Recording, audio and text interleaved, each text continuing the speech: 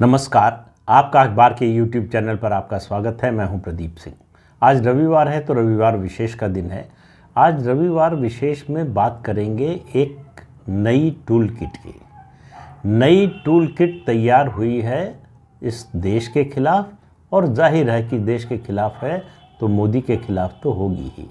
तो प्रधानमंत्री नरेंद्र मोदी को घेरने और इस देश की बढ़ती हुई ताकत, इस देश की विश्व व्यवस्था में बढ़ती हुई हैसियत, उसको रोकने के लिए, इस देश की बढ़ती अर्थव्यवस्था को रोकने के लिए, उसमें ब्रेक लगाने के लिए, इस देश में जो सामाजिक समरसता बनी हुई है उसको तोड़ने के लिए, इन सब के लिए एक टूल किट तैयार हो रही है।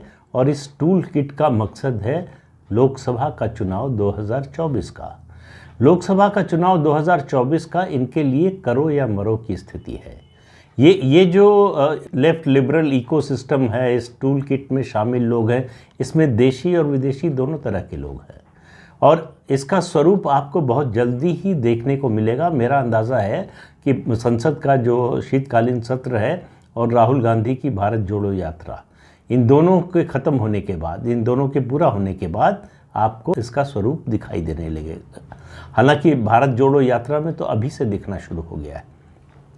जिस तरह के लोगों से राहुल गांधी मिल रहे हैं, जिस तरह के लोग इस यात्रा में जुड़ रहे हैं, उससे आपके अगर आप इस बारे में सोचते हैं तो आपको चौकन्ना हो जाना चाहिए, आपके कान खड़े हो जाने चाहिए। देखिए, पहले वो तमिलनाडु में शुरुआत करते हैं। तमिलनाडु में उस पेस्टर से मिलते हैं जो अपनी हिंदू धर्म के प्रति घृणा का सार्वजनिक इजहार करने में जरा भी नहीं शर्माता है, जरा भी नहीं हिचकिचाता है, और राहुल गांधी उसे इस तरह से सुन रहे हैं जैसे गुरु शिष्य की बात सुनता है। शिष्यवत सुन रहे थे राहुल गांधी, जो कुछ कह रहा था, किसी बात का विरोध नहीं किया उन्होंने, किसी बात पर एतराज़ नहीं किया। क्यों नहीं किया? क्योंकि सनातन, ये आज की बात नहीं है। बार बार जिक्र करने पर लोग कहते हैं कि आप बार बार नेहरू का नाम क्यों लाते हैं, लेकिन जवाहरलाल नेहरू के मन में ये दृढ़ भावना थी, ये उनको पक्का उनका यकीन था, विश्वास था कि हिंदू धर्म दकियानुसी है, पोंगापंथी है, और ये सांप्रदायिकता को बढ़ाने वाला है, ये रूढ़िवादी है। तो इसका विरोध किया जाना चाहिए। और इतिहासकारों को एक तरह से अघोषित, अलिखित एक संदेश था कि सनातन धर्म का महिमा मंडन नहीं होना चाहिए, उससे बचा जाना चाहिए। जहाँ तक हो सके उसको कमतर, नीचा भी दिखाने की कोशिश होनी चाहिए, या उसकी उपेक्षा की जानी चाहिए। और ये उस समय के इतिहासकारों ने बखूबी किया। सरकार के संसाधनों से किया, सरकार के संसाधनों के बिना किया। उस समय का ये ट्रेंड था। जो ऐसा करता था तो बड़ा इतिहासकार माना जाता था, बड़ा लेखक माना जाता था, बड़ा इंटेलेक्चुअल माना जाता था। उसको लेकर सरकार में बैठे, मतलब सत्ता में जो लोग भी थे, उनके मन में बड़ी अच्छी भावना होती थी। उनको हर तरह की सुविधा, वो मकान चाहिए हो, उनको सरकारी मकान, लुटियंस दिल्ली में मकान चाहिए हो, विदेशी दौरे हों, और उसके अलावा फेलोशिप हो, प्रोफेसरशिप हो, इस तरह की तमाम चीज़ें उनको मुहैया कराई गई, जिससे उनको अपने काम में कोई उनके बाधा ना आए, उनका काम सतत चलता रहे। तो 2024 मोदी उनके लिए एक तरह से काल की तरह नज़र आता है उनको, कि मोदी को हटाए बिना कुछ होगा नहीं। उनको लगता है कि मोदी अगर 2024 में भी आ गया तो मोदी जो आधार तैयार करके जाएंगे, और इसमें भी कोई शक नहीं होना चाहिए, अगर मोदी चाहेंगे तो 2029 में भी आएंगे। ये मोदी पर निर्भर करेगा कि 2029 में वो चुनाव लड़ते हैं या नहीं लड़ते हैं। लेकिन मुझे लगता है कि 2029 में चुनाव लड़ेंगे। बहुत से लोग सवाल उठाते हैं कि बीजेपी का तो नियम है 75 साल का, तो मोदी पर लागू होगा, मोदी को जो है अगले 3 साल, मतलब अभी 72 के हैं तो 3 साल बाद रिटायर हो जाना पड़े। ऐसा कुछ नहीं होने वाला है। हर नियम के अपवाद होते हैं, और मोदी के लिए इस नियम का अपवाद नहीं होगा तो फिर किसके लिए होगा? बीजेपी पहले भी कई लोगों के लिए अपवाद कर चुकी है। येदियुरप्पा की बात ले लें, इसके अलावा कई नेताओं के बारे में इस तरह का अपवाद हो चुका है, तो मोदी के लिए क्यों नहीं होगा? क्या येदियुरप्पा से भी छोटा है कदम नरेंद्र मोदी का? तो इसलिए इस बारे में तो किसी को कोई गलत फहमी नहीं होनी चाहिए कि 75 साल के होते ही मोदी जो है सब कुछ छोड़कर संन्यास ले लेंगे। कहीं नहीं जाने वाले, प्रधानमंत्री रहने वाले हैं। इसलिए इन लोगों की चिंता ज़्यादा है, इनको अंदाज़ा है कि ऐसा होने वाला है, इसलिए इनकी चिंता ज़्यादा है। फिर आप देखिए राहुल गांधी की भारत जोड़ो यात्रा में कौन आया? केरल का कांग्रेस का वो कार्यकर्ता जिसने सड़क पर बछड़ा काट कर वहाँ गोमांस पकाया और लोगों को खिलाया पार्टी की गोहत्या के विरोध में, वो राहुल गांधी के साथ चलता है। कोई चू नहीं करता, कांग्रेस से कोई नहीं बोलता है इस तरह से नहीं होना चाहिए। इस आदमी के उस समय इस आदमी के खिलाफ कार्रवाई की बात हो रही थी, क्योंकि उस समय माहौल गर्म था, तो उस समय तो बोल दिया, लेकिन अब उनका असली मकसद क्या है, असली चरित्र क्या है, ये सामने आ रहा है। उसके अलावा आप देखिए कि जितने भी पुराने समाजवादी जो जिनकी जो है लालसा, महत्वाकांक्षा और सारी जिजीविषा इस बात को लेकर है कि किसी तरह से एक बार विधानसभा या लोकसभा में पहुंच जाएं, किसी तरह से हमारा राजनीतिक वजूद बन जाए, हमारी राजनीति आगे बढ़े, तो ऐसे पुराने समाजवादी, बुद्धिजीवी जो अपने को लेफ्ट लिबरल मानते हैं, उसके अलावा लेफ्टिस्ट, उसके अलावा एक्टिविस्ट, उसके अलावा एनजीओ के लोग जो भारत विरोधी अपने आंदोलनों, अपने अभियानों के लिए जाने जाते हैं, वो सब भारत जोड़ो यात्रा में जुड़ रहे हैं। तो इससे आप अंदाज़ा लगा सकते हैं कि क्या होने वाला है।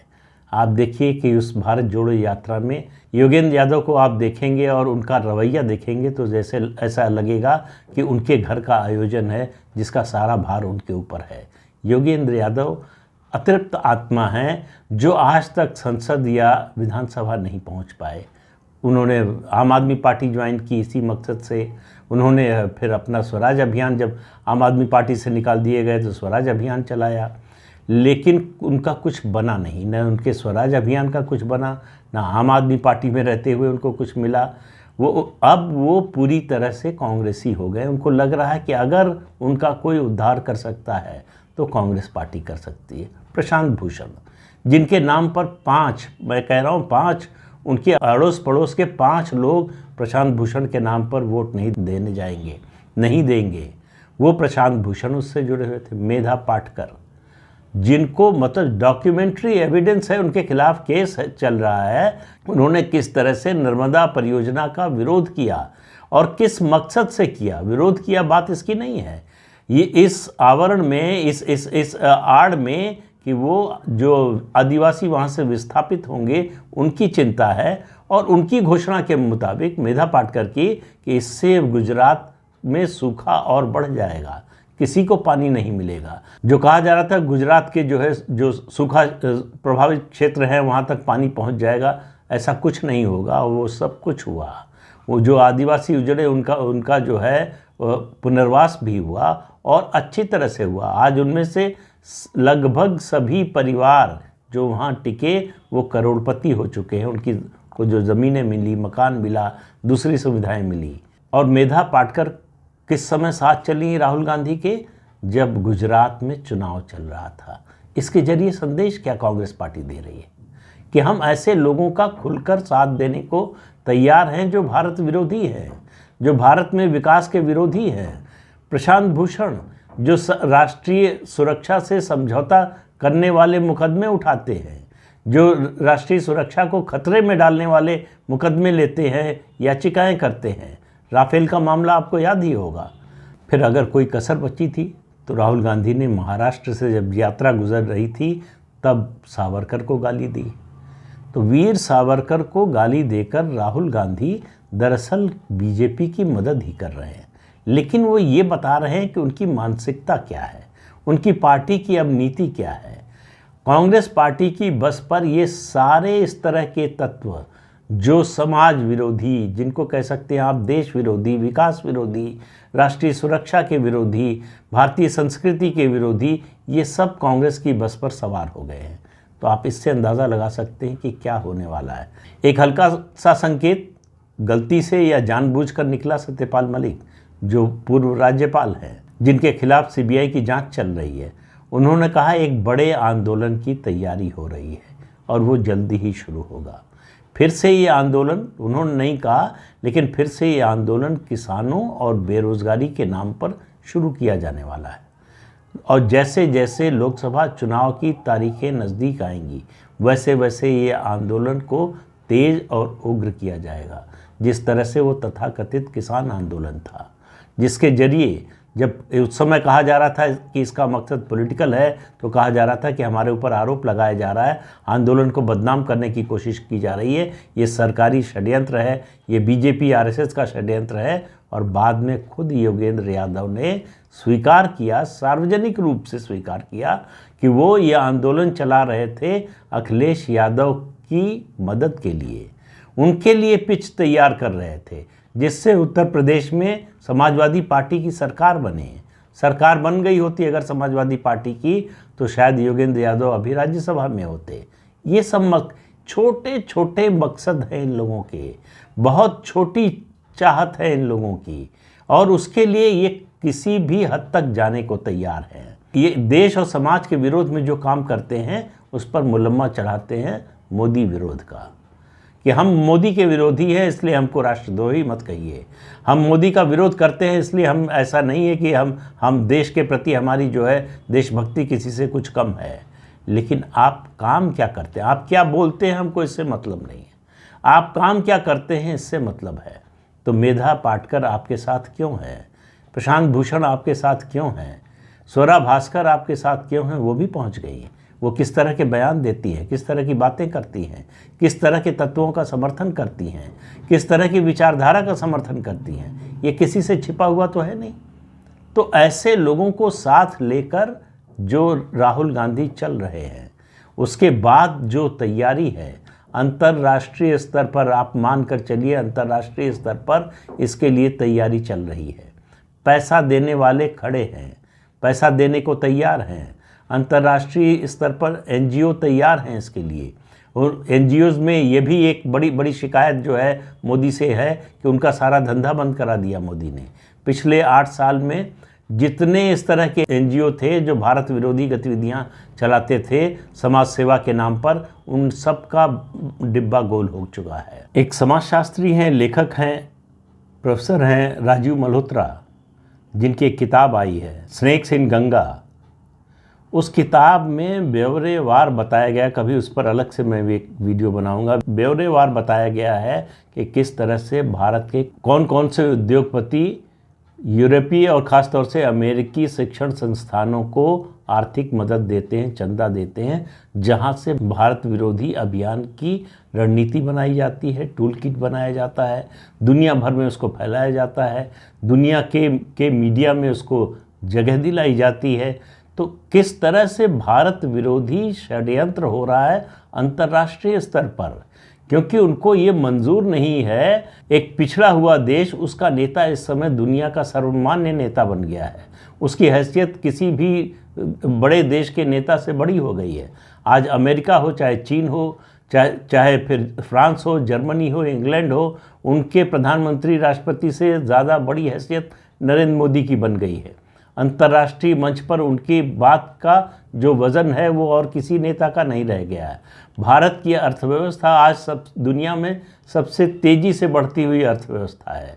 भारत की करेंसी रुपया, जिसका रोना विपक्ष के लोग रोते हैं कि 80 पहुंच गया, 82 पहुंच गया, 84 पहुंच गया, वो ये बात नहीं बताते कि भारत की करेंसी एकमात्र करेंसी है जो डॉलर के अगेंस्ट सबसे कम डिप्रिशिएट हुई है और दुनिया की करेंसियों की तुलना में। इसके अलावा पाउंड स्टर्लिंग की तुलना में भारत की करेंसी रुपया जो है वो 20% अप्रिशिएट हुआ है, मजबूत हुआ है। यूरो और येन इसकी तुलना में 15% अप्रिशिएट हुआ है, मजबूत हुआ है। ये सब बातें आपको नहीं बताई जाएंगी, ये सब बातें दबाने छिपाने की कोशिश होती है। इसके लिए एक आंकड़ा लेकर, अभी आपको याद होगा आंकड़ा आया कि भारत दुनिया की 5वीं सबसे बड़ी अर्थव्यवस्था बन गया है जीडीपी ग्रोथ के आंकड़ों के आधार पर। उसको कहा गया कि भाई ये तो ठीक है, लेकिन पर कैपिटा जीडीपी में तो भारत देखिए कितना नीचे है। कोई भी देश जिसकी आबादी ज़्यादा होगी वो पर कैपिटा जीडीपी में नीचे होगा ही। इन लोगों में से कोई कभी, मैं बिल्कुल शर्त लगा कर कह सकता हूं कि इनमें से कोई कभी ये बात चीन के संदर्भ में नहीं उठाएगा कि दुनिया की दूसरी सबसे बड़ी अर्थव्यवस्था होने के बावजूद चीन की पर कैपिटा जीडीपी कहाँ है, किस नंबर पर है, इसका सवाल नहीं उठेगा। 3 पैमाने होते हैं, जीडीपी एक हुआ, एक पर कैपिटा जीडीपी हुआ, और एक तीसरा है परचेजिंग पावर पैरिटी, कि आपकी करेंसी की खरीद की क्षमता कितनी है, क्रय क्षमता कितनी है, कितनी परचेजिंग पावर है, आपका रुपया कितना मजबूत है। परचेजिंग पावर पैरिटी में भारत की करेंसी सबसे ऊपर है, नंबर 1 पर है। इससे आप अंदाज़ा लगाइए कि भारत को कमतर, नीचा, घटिया दिखाने की कोशिश, अरे सब कुछ बर्बाद हो गया। अब एक अभियान चलाया जा रहा है G20 को लेकर।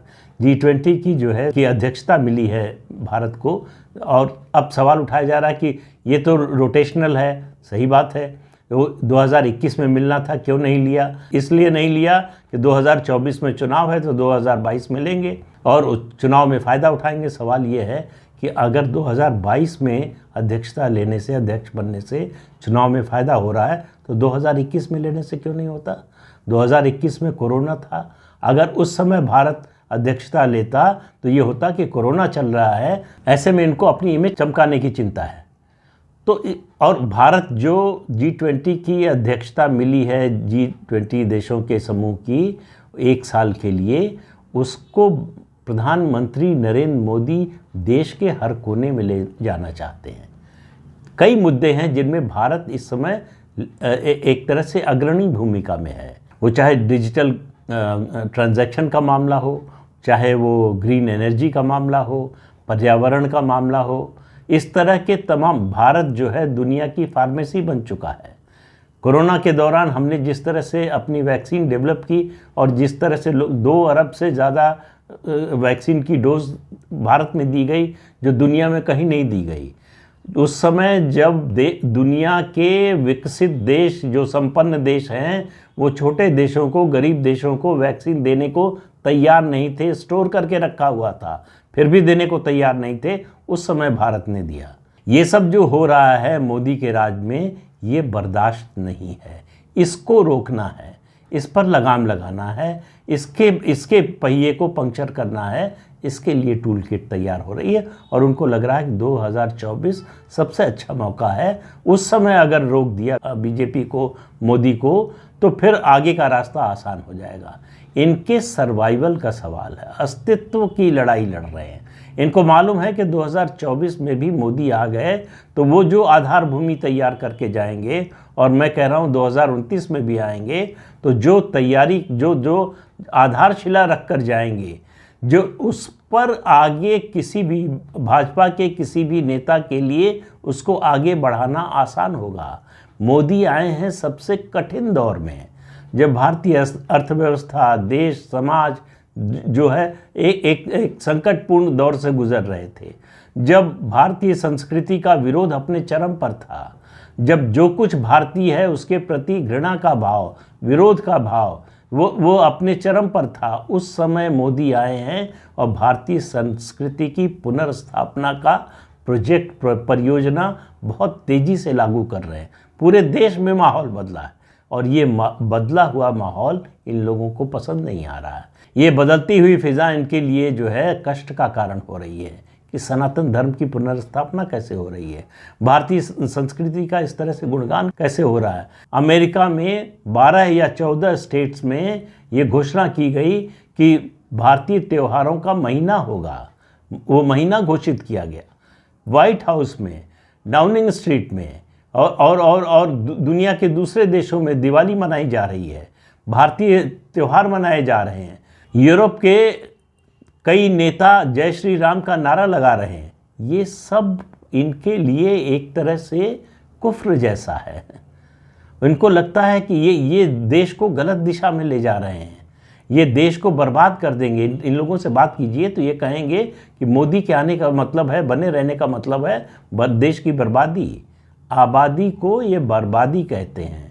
तो ऐसे लोगों के लिए अब करो या मरो का समय है। इसलिए आप मान कर चलिए कि आगे के 13-14 महीने बड़े कठिन होने वाले हैं।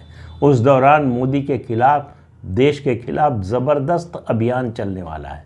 आंदोलन चलेंगे, आंदोलन हिंसक हो सकते हैं, जिस तरह से कथित किसान आंदोलन हुआ।